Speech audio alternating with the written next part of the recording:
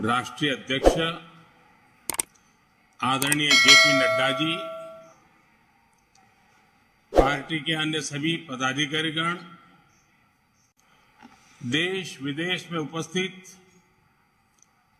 भाजपा के कोटि कोटि कार्यकर्ता, देवी और सज्जनों, आज हम सभी अपनी पार्टी का स्थापना दिवस मना रहे हैं। मां भारती की सेवा में समर्पित प्रत्येक भाजपा कार्यकर्ता को इस शुभ अवसर पर बहुत बहुत बधाई देता हूं। भाजपा की स्थापना से लेकर आज तक जिन महान विभूतियों ने अपने खून पसीने से इस पार्टी को सींचा है, पार्टी को संवारा है, पार्टी को समृद्ध किया है, पार्टी को सशक्त किया है, देश के कोटि कोटि जनों की आवाज को बुलंद किया है, उन सभी को, छोटे से छोटे कार्यकर्ता से लेकर के वरिष्ठ पद पर से पार्टी की और देश की सेवा करने वाले सभी महानुभावों का मैं आज शीश झुका करके प्रणाम करता हूं। साथियों, आज हम देश के कोने कोने में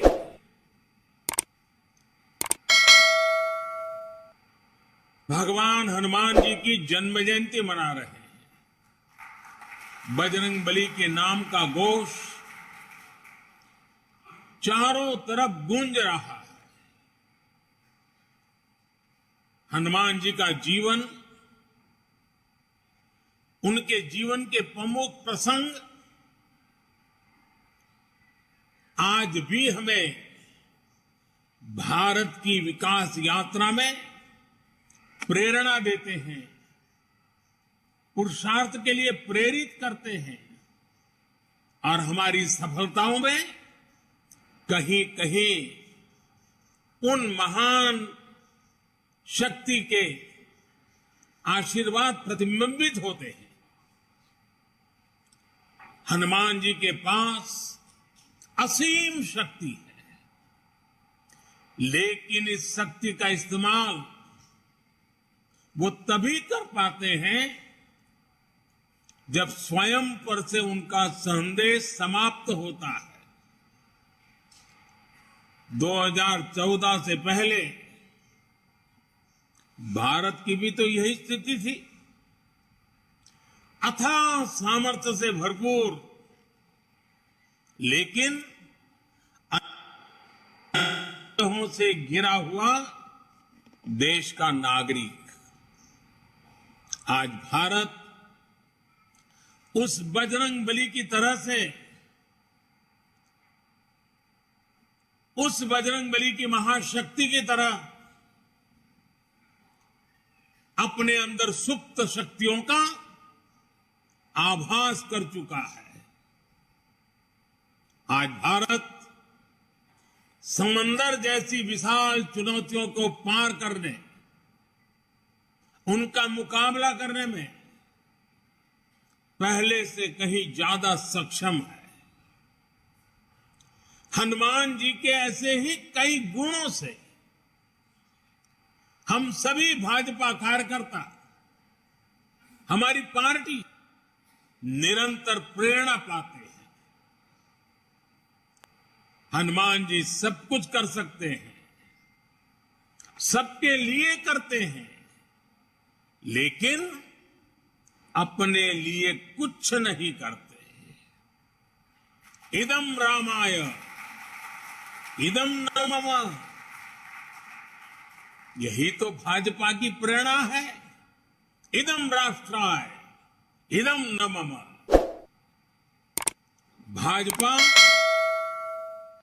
हनुमान जी की एक और बात से भी बहुत बड़ी प्रेरणा मिलती रहती है हमें। जब हनुमान जी को राक्षसों का सामना करना पड़ा तो वो उतने ही कठोर भी हो गए थे। इसी तरह जब भ्रष्टाचार की बात आती है, परिवारवाद की बात आती है, कानून व्यवस्था की बात आती है, तो भाजपा उतनी ही संकल्पबद्ध हो जाती है मां भारती को इन बुराइयों से मुक्ति दिलाने के लिए। कठोर होना पड़े तो कठोर भी होती है। और हमारे लिए तो बहुत बड़ी प्रेरणा क्या है, आज की मॉडर्न परिभाषा में जिन बातों को बार बार जिक्र किया जाता है, और वो है कैन डू एटीट्यूड। अगर हनुमान जी का पूरा जीवन देखें, डगर डगर पर पल पल हनुमान जी के भीतर की can do attitude, can do संकल्प शक्ति उनको हर प्रकार की सफलता लाने में बहुत बड़ी भूमिका अदा करती है। कहा भी गया है, कवन सो काज कठिन जग माही, कवन सो काज कठिन जग माही, जो नहीं होई तात तुम्हें पाही, तुम्हें पाही। यानी ऐसा कोई भी काम नहीं है जो पवन पुत्र हनुमान कर नहीं सकते। इसलिए जब लक्ष्मण जी पर संकट आया तो हनुमान जी संजीवनी बूटी के लिए पूरा पर्वत ही उठा करके ले आए। भाजपा भी इसी प्रेरणा से परिणाम लाने में, लोगों की समस्याओं का समाधान करने का प्रयास करती रही है, करते रहना है, करते रहेंगे। इसलिए साथियों, आज के पवित्र अवसर पर को स्मरण करना है, राम काज किने बिनु, राम काज किने बिनु मोहि कहां विश्राम। भाइयों और बहनों, भाजपा वो पार्टी है जिसके लिए राष्ट्र सदैव सर्वोपरि रहा है। एक भारत श्रेष्ठ भारत जिसकी आस्था का मूल मंत्र रहा है। जब जनसंघ का जन्म हुआ था तो हमारे पास न ज्यादा सियासी अनुभव था, न साधन थे, न संसाधन थे, लेकिन हमारे पास मातृभूमि के प्रति भक्ति, हमारे पास लोकतंत्र की शक्ति थी। जो देश लोकतंत्र की जननी हो, मदर ऑफ डेमोक्रेसी हो, उसकी जनता के नीर क्षीर विवेक पर प्रारंभ से हमारी आस्था रही है और दिनों दिन वो आस्था और मजबूत होती जा रही है। इसलिए जनभावना, जन आकांक्षाओं को ही हमने भाजपा की चेतना शक्ति बनाया है। हमने राष्ट्र प्रथम, नेशन फर्स्ट के मंत्र को अपना आदर्श बनाया है। भाजपा ने लोकतंत्र की कोख से जन्म लिया। भाजपा लोकतंत्र के अमृत से पोषित है और भाजपा देश के लोकतंत्र को देश के संविधान को मजबूत करते हुए समर्पण भाव से दिन रात देश के लिए काम कर रही है।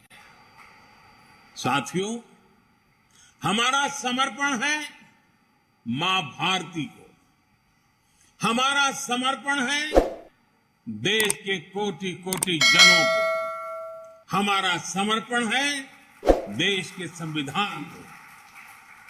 साथियों, आज भाजपा विकास का पर्याय है, विश्वास का पर्याय है, नए विचार का पर्याय है और देश की विजय यात्रा का भी एक मुख्य सेवक बनकर के अपनी भूमिका निभाता रहा है। भाजपा सबका साथ, सबका विकास, सबका विश्वास और सबका प्रयास के मंत्र के साथ काम कर रही है। भाजपा की कार्यशैली सर्वसमावेशी है, सर्वस्पर्शी है, सर्वजन का हित करने वाली है। सामाजिक न्याय और सशक्तिकरण को हमने हमेशा अपने हृदय में, अपनी कार्यशैली में सर्वोच्च प्राथमिकता दी है। सामाजिक न्याय ये हमारे लिए राजनीतिक नारेबाजी का हिस्सा नहीं, ये हमारे लिए आर्टिकल ऑफ फेथ है। बीते वर्षों में बहुत सारे दल सामाजिक न्याय के नाम पर राजनीति का दिखावा करते रहे हैं। इन दलों ने, उनके मुखिया अपने परिवार का भला कर लेते हैं, अपने समाज का कतई नहीं, जबकि भाजपा सामाजिक न्याय को जीती है, उसकी भावना का अक्षरशः पालन करती है। 80 करोड़ गरीबों को बिना भेदभाव मुफ्त राशन मिलना सामाजिक न्याय का ही प्रतिबिंब है। 50 करोड़ गरीबों को बिना भेदभाव 5 लाख रुपए तक मुफ्त इलाज की सुविधा मिलना सामाजिक न्याय की सशक्त अभिव्यक्ति है। 45 करोड़ गरीबों के बिना भेदभाव जनधन बैंक खाते खोलना सामाजिक न्याय का इंक्लूसिव एजेंडा का जीता जागता उदाहरण है। 11 करोड़ गरीबों को बिना भेदभाव शौचालय मिलना, यही तो सामाजिक न्याय है, यही तो सामाजिक न्याय के प्रति हमारी भक्ति है। बिना भेदभाव, बिना तुष्टीकरण, बिना स्वार्थ, बिना वोट बैंक की राजनीति किए भाजपा आज सामाजिक न्याय का भी सच्चे अर्थ में धरती पर इरादों को साकार करने वाला, देश के दबे कुचले समाज के लिए आशा की किरण बना हुआ एक पर्याय बनकर के उभरा है। साथियों, आज भाजपा देश में एक नए पॉलिटिकल कल्चर का भी नेतृत्व कर रही है। कांग्रेस और उनके जैसी पार्टियों का कल्चर, उन पार्टियों की पहचान क्या है? ये उन्हीं के कल्चर में से पैदा हुई है। उन पार्टियों की पहचान है, पार्टी का नाम लेते ही एक ही बात दिखती है, सारी पार्टियों का दर देख लीजिए, परिवारवाद, वंशवाद, जातिवाद और क्षेत्रवाद का बंधक है ये सारे लोग। जबकि भाजपा का पॉलिटिकल कल्चर प्रत्येक देशवासी को साथ लेकर चलने का है। कांग्रेस और उसके जैसी पार्टियों का कल्चर छोटा छोटा सोचना, छोटे सपने देखना और उससे भी कम हासिल करके खुशियां मनाना बस, और खुशी एक दूसरे की पीठ थपथपाना। भाजपा का पॉलिटिकल कल्चर है बड़े सपने देखने और उससे भी ज्यादा हासिल करने के लिए जी जान से खप जाना, शरीर का कण कण, समय का पल पल खपाने का हौसला रखते हैं। कांग्रेस और उसके जैसी पार्टियों का कल्चर महिलाओं की समस्याओं, उनकी रोजमर्रा की चुनौतियों की परवाह ही नहीं करता है, जबकि भाजपा का पॉलिटिकल महिलाओं के जीवन को आसान बनाने, उनके सपनों को साकार करने को, निर्णय प्रक्रिया में उनको भागीदारी देने को प्राथमिकता देता है। इसलिए आज के युवा हो या फिर देश की माताएं, बहनें, बेटियां भाजपा के साथ हम पल पल अनुभव कर रहे हैं। हमारी माताओं बहनों के आशीर्वाद बढ़ते चले जा रहे हैं, जुड़ाव महसूस करती हैं, अपनापन महसूस करती है। इसलिए आज ये सभी भाजपा के साथ कंधे से कंधा मिलाकर चल रहे हैं। साथियों, आज स्थापना दिवस के इस शुभ अवसर पर हम सबके लिए अपने सपनों को, अपने संकल्पों को, मां भारती की सेवा के लिए समर्पित अपने हर कार्यकर्ता के जीवन को देखते हुए बहुत सी बातों को बार बार समझने की आवश्यकता होती है। 2014 में जो हुआ वो केवल सत्ता परिवर्तन नहीं था।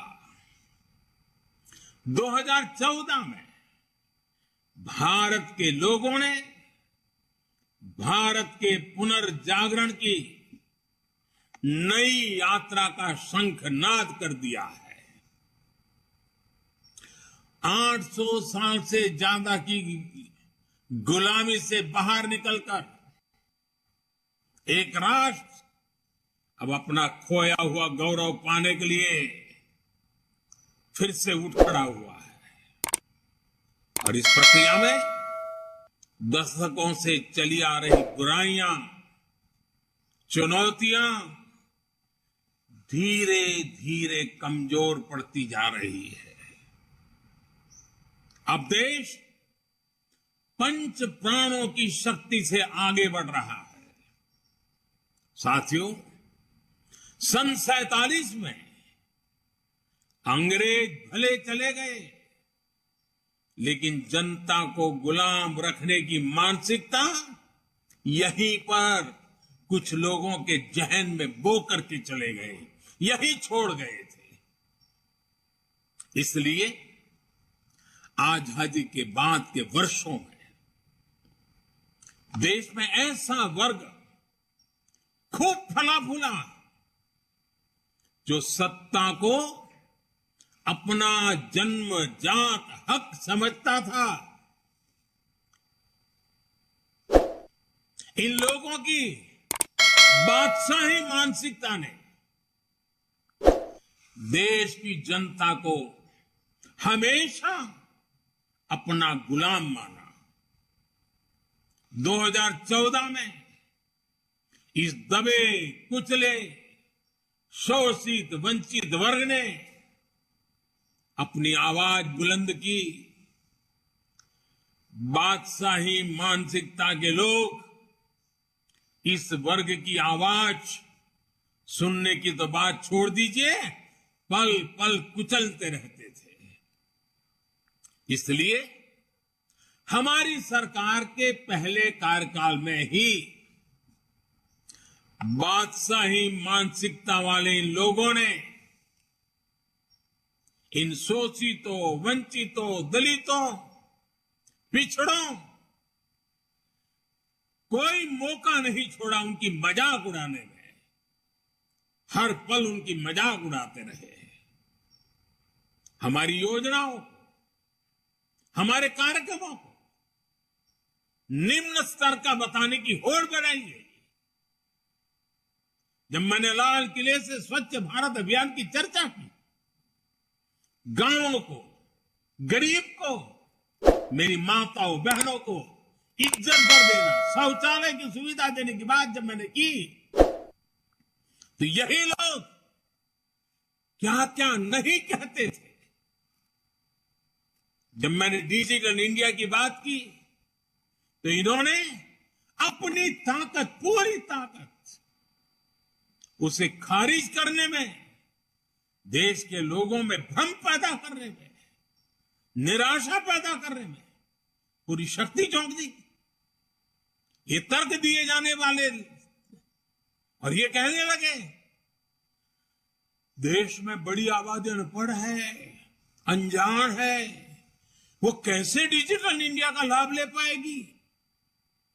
साथियों, जब हमारा मजाक उड़ाकर ये सफल नहीं हुए, तो बादशाही मानसिकता वाले इन लोगों की नफरत और ज्यादा बढ़ गई। उन्होंने कभी सोचा नहीं था कि दशक से हिंसा से जूझ रहे जम्मू कश्मीर और नॉर्थ ईस्ट में शांति का सूरज उगेगा। इन्होंने कभी कल्पना भी नहीं की थी कि आर्टिकल 370 कभी इतिहास हो जाएगा। जो काम दशकों तक सरकार चलाने वाले नहीं कर सके, वो काम भाजपा सरकार कैसे कर रही है, ये इन्हें पच नहीं रहा है। इसलिए नफरत से भरे हुए लोग आज झूठ पर झूठ, झूठ पर झूठ बोले जा रहे हैं। अपने भ्रष्ट कर्मों का खुलासा होते देख ये बेचैन है, हताशा से भर गए। इसलिए अब ये लोग इतने हताश, इतने नाराज हो चुके हैं कि अब एक ही रास्ता उनको दिख रहा है, एक ही उपाय दिख रहा है, और वो खुल करके कहने लगे हैं, मोदी तेरी कब्र खुदेगी। वो कब्र खोदने की धमकी देने लगे। बादशाही मानसिकता वाले इन लोगों को, इन पार्टियों को एक बात पता नहीं है। आज देश का गरीब, देश का सामान्य मानवी, देश का युवा, देश की माताएं, बहनें, बेटियां, दलित, पीड़ित, शोषित, वंचित, आदिवासी, हर कोई भाजपा के कमल को खिलाने के लिए, भाजपा के कमल की रक्षा करने के लिए वो ढाल बनकर के खड़ा हुआ है। साथियों, अपने अस्तित्व की लड़ाई लड़ रहे इन राजनीतिक दलों की हमारे खिलाफ साजिशें चलती रहेगी, लेकिन हम देशवासियों के सपनों को, देशवासियों की आकांक्षाओं को दबते हुए, बिखरते हुए, सिमटते हुए, मुरझाते हुए नहीं देख सकते। इसलिए हमारा जोर देश के विकास पर है, देशवासियों के कल्याण पर है। हमारे परिश्रम से जो परिणाम मिले हैं, इसकी गवाही वो आंकड़े दे रहे हैं जो पिछला वित्तीय वर्ष समाप्त होने पर बीते 15-20 दिनों में सामने आए हैं। और मैं सभी देश और दुनिया में भाजपा के कार्यकर्ताओं को हमेशा हिसाब देने की आदत रखता हूं, काम का ब्यौरा हर मौके पर देता रहता हूं। मैं आज सिर्फ 2-3 सप्ताह की ही झलक दिखा रहा हूं आपको, 15-20 दिन की। इतने छोटे से काल में हर भारतीय को गर्व हो। जीएसटी लागू होने के बाद से किसी एक वित्तीय वर्ष में 18 लाख करोड़ रुपए कलेक्शन का रिकॉर्ड बनाना अभूतपूर्व। इस दौरान देश के टैक्स पेयर ने भी 16 लाख करोड़ रुपए से अधिक टैक्स देकर नया रिकॉर्ड बनाया। मार्च महीने में ही यूपीआई से 14 लाख करोड़ रुपए के ट्रांजैक्शन का नया रिकॉर्ड बना। देश के इतिहास में पहली बार हमारा एक्सपोर्ट 750 अरब डॉलर के पार पहुंचा। देश में कोयला उत्पादन में पुराने सारे रिकॉर्ड तोड़ दिए। देश में स्टील उत्पादन में भी पुराने सारे रिकॉर्ड टूट गए। पहली बार 16,000 करोड़ रुपए का डिफेंस एक्सपोर्ट हुआ। एचएएल ने रिकॉर्ड रेवेन्यू जनरेट किया। मोबाइल फोन प्रोडक्शन और मोबाइल एक्सपोर्ट में भी नया रिकॉर्ड बना। एक साल में 6,500 किलोमीटर रेल ट्रैक का इलेक्ट्रिफिकेशन करने का रिकॉर्ड भी कुछ ही दिन पहले सामने आया। रेलवे ने 1,500 मैट्रिक टन से अधिक फ्रेट लोडिंग का रिकॉर्ड भी इसी दौरान बनाया। देश के बड़े पोर्ट्स ने एक साल में करीब 800 million metric ton cargo handle करने का नया रिकॉर्ड बनाया। लगातार बन रहे विकास के ये रिकॉर्ड दिखाते हैं कि देश कितनी तेजी से आगे बढ़ रहा है। मैं एक सांस में जितना बोल पाया बोल दिया। साथियों, आज हम सबका सौभाग्य है कि आज एक राजनीतिक कार्यकर्ता के रूप में हमें आजादी के अमृत काल में देश की सेवा का अवसर मिल रहा है। हमें भविष्य के भारत का निर्माण भी करना है और मेरे सब कार्यकर्ताओं को, भाजपा के हर सिपाही को हर स्तर पर उसका नेतृत्व भी करना है। हमारे प्रयास में अगले 25 वर्षों का विजन शामिल होना चाहिए।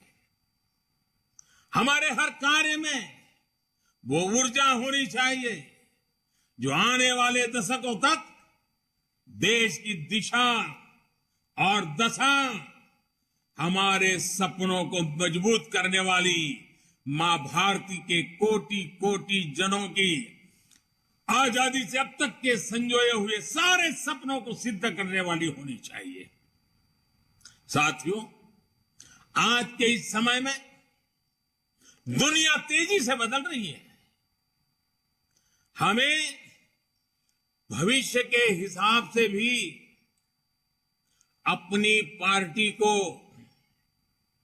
निरंतर विकास करने की, विकसित करने की, सामर्थ्य बढ़ाने की कोशिश कभी भी रुकने नहीं देना है। हम पहले भी करते आए हैं, आगे अब जरा और गति से करना होगा। 6-7 वर्ष बाद मैं सभी कार्यकर्ताओं से आग्रह करता हूं, 6-7 वर्ष बाद भारतीय जनता पार्टी के 50 वर्ष पूरे होंगे। जब भाजपा के 50 वर्ष पूरे हो, उस समय पार्टी का व्याप कितना होगा, स्वरूप कैसा होगा, हमारे लक्ष्य क्या होंगे, ये हमें अभी से तय करना होगा। हमें नए आइडियाज को, नए इनोवेशंस को अपनाना होगा।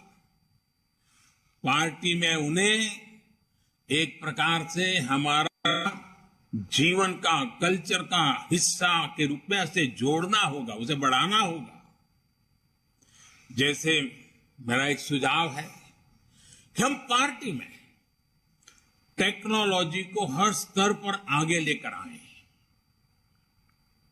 हम विभिन्न स्तरों पर टेक्नोलॉजी सेल्स बना सकते हैं। हम युवाओं की ऐसी टीम बना सकते हैं जो आधुनिक टेक्नोलॉजी को मॉनिटर करे, उसे जनता तक पहुंचा के लिए कैसे इस्तेमाल कर सकते हैं। हम एक्सपर्ट से सुझाव लें, हम सेमिनार करें, एक्सपर्ट्स को लेकर बुला करके बदलते हुए विश्व को समझने की कोशिश करें। सोशल मीडिया में भी हमें नए तौर तरीकों के बारे में सोचना होगा। आजकल रील्स, यूट्यूब, ट्विटर, फेसबुक और इंस्टाग्राम के जमाने में ज्यादा से ज्यादा युवाओं में, इस युवा पीढ़ी में प्रोफेशनल से जुड़ने के लिए हमें राजनीति के नए आयामों को विकसित करना ही है। कम्युनिकेशन और इंफॉर्मेशन भाजपा के निरंतर विस्तार में बहुत बड़ी भूमिका निभाने वाले हैं। इसके लिए हमें अपने कार्यकर्ताओं की ट्रेनिंग, पंचायत से लेकर पार्लियामेंट तक चुने हुए प्रतिनिधियों की ट्रेनिंग के नए प्लेटफॉर्म बनाने होंगे। साथियों, संगठन शक्ति, कार्यकर्ताओं की एकजुटता, ये भाजपा की प्राण शक्ति है, हमारा प्राणवायु है। इसे नित निरंतर ऊर्जा देते रहना भी हम सभी का कर्तव्य है। हमें अपने विस्तार के लिए, दूसरों से सीखने के लिए देश के भीतर और बाहर हर तरफ दृष्टि रखनी होगी। हमें विश्व की दूसरी लोकतांत्रिक पार्टियों के साथ भी समन्वय और संवाद बढ़ाने के बारे में काम करना चाहिए। मेरा आग्रह है, हमारे यूथ विंग्स, महिला विंग्स दूसरे देशों की उन पार्टियों के इन विंग्स और कार्यकर्ताओं से जुड़े, अपने अनुभव साझा करें और उनसे सीखें। हमारे सांसदों को भी संवाद, उनके प्रेशर बहुत रहता है, मैं जानता हूं। ये सांसद के इतने प्रकार के काम रहते हैं, लेकिन सांसद के पास जानकारियों के स्रोत भी बहुत रहते हैं। वो कार्यकर्ताओं को बहुत अच्छी तरह गाइड कर सकते हैं। कार्यकर्ताओं की क्षमता बढ़ाने में वो बहुत बड़ी भूमिका अदा कर सकते हैं, हमारे जनप्रतिनिधि, क्योंकि उनको काफी जानकारियों के लिए अवसर मिलता है। उनका लाभ जितना ज्यादा हमें मिले, पार्टी को मिले, हमें कोशिश करनी चाहिए। हम पार्टी में अलग अलग मोर्चों के माध्यम से समाज के अलग अलग वर्गों के लिए संघर्ष करते रहे। जहां जरूरत पड़ेगी संगठन करेंगे, जहां जरूरत पड़ेगी लोकतांत्रिक तरीकों से संघर्ष करेंगे, जहां जरूरत पड़ेगी समर्पण की मात्रा बढ़ाते जाएंगे। लेकिन साथियों, अब हम उस दायरे में पहुंचे हैं, अब समय आ गया है कि सभी मोर्चे समाज की आवाज उठाने के साथ साथ एक फ्यूचरिस्टिक विजन के साथ उनकी हर छोटी मोटी तकलीफों से मुक्ति के आधुनिक तौर तरीके अब क्या हो सकते हैं, कम समय में कम संसाधनों से भी उत्तम से उत्तम परिणाम लाने के तरीके क्या हो, ताकि उनका जीवन बहुत तेजी से बदल सके और 2047 आजादी के जब 100 साल हो, तब विकसित भारत का सपना सिद्ध करने में कोटि कोटि जनों की भागीदारी बढ़े। हर मोर्चे को सोचना चाहिए कि वर्तमान और भविष्य की चुनौतियों का स्थायी समाधान कैसे हो। उदाहरण के लिए, हम सभी पहले किसानों की समस्या उठाते थे, किसान मोर्चा उसमें बड़ी भूमिका निभाते थे। हमने किसान सम्मान निधि से लेकर एमएसपी तक कई बड़े फैसले लिए, किसानों की सेवा की। अब किसानों के एफपीओज बन रहे हैं, कोऑपरेटिव बन रहे हैं। इन्हें मजबूत करने का काम भी भाजपा कार्यकर्ता का ही है। इसी तरह हमने हमेशा झुग्गी में रहने वाले गरीबों की आवाज उठाई।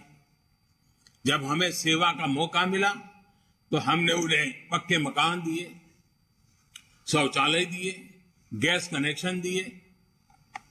हमें इसी तरह आगे के लक्ष्य तय करने हैं। ये समाधान स्थायी होने चाहिए और फ्यूचर रेडी होने चाहिए। इस तरह के प्रयासों के लिए हम पार्टी में नए इंटेलेक्चुअल सेल्स भी बना सकते हैं, नए विचारों पर सेमिनार्स करने और उन पर आगे बढ़ने की एक व्यवस्था तैयार कर सकते हैं। साथियों, जब हमारे सामने 2047 के विकसित भारत जैसा बड़ा लक्ष्य है, तो हमारी ये जिम्मेदारी है कि परिश्रम में कोई कमी नहीं छोड़े। हमें सफलताओं को सेलिब्रेट तो करना है, लेकिन अगले ही पल अगली चुनौती के लिए कमर भी कसनी है। और हमें ये सब बीजेपी की मूल विचारधारा के प्रकाश में ही करना है, भारत के संविधान की सीमाओं में ही रहना है। हमें भारत के समाधान उधार की सोच से नहीं, भारत की जड़ों से ही, भारत की परंपराओं से ही, भारत के कोटि कोटि जनों के सदियों के अनुभव से ही उस अमृत से आगे बढ़ना है। इस सोच के साथ हमें भाजपा को 21वीं सदी की भविष्य की पार्टी बनाना है। हमें दुनिया की सबसे बड़ी पार्टी होने के बाद भी अति आत्मविश्वास का शिकार नहीं होना है। लोगों ने अभी से कहना शुरू कर दिया है कि 2024 में भाजपा को कोई नहीं हरा सकता। ये बात सही भी है, लेकिन हमें एक भाजपा कार्यकर्ता के नाते इस देश के हर नागरिक का दिल जीतना है। हमें चुनाव जीतने तक सीमित नहीं रहना है, कोटि कोटि जनों के दिलों को जीतना, ये हमारा मकसद है। हमें हर चुनाव उसी परिश्रम से लड़ना है जैसे हम 80 के दशक से भी अभी तक लड़ते आए हैं। मुझे विश्वास है कार्यकर्ताओं की ताकत और राष्ट्र प्रथम का संकल्प हमें इसी तरह ऊर्जा देता रहेगा। आज के शुभ अवसर पर 2 पड़ाव 50 साल जब बीजेपी के होंगे और 100 साल देश की आजादी के होंगे। आइए एक खाका खींचे, योजना बनाएं, जन जन के दिलों को जीतते हुए मां भातृ के जिन सपनों को लेकर के हम चले हैं, उन सपनों को साकार करते रहे। आज हनुमान जयंती पर स्वयं हनुमान दादा भी हम पर आशीर्वाद बरसाएं, और जनता जनार्दन तो ईश्वर का रूप ही होती है। उस जनता जनार्दन के आशीर्वाद के बिना कुछ नहीं होता है। उन आशीर्वादों को लेकर के भी हम आश्वस्त होकर के आगे बढ़े। मैं आप सबको बहुत बहुत धन्यवाद देता हूं, पुनः शुभकामनाएं देता हूं। मेरे साथ बोलिए, भारत माता की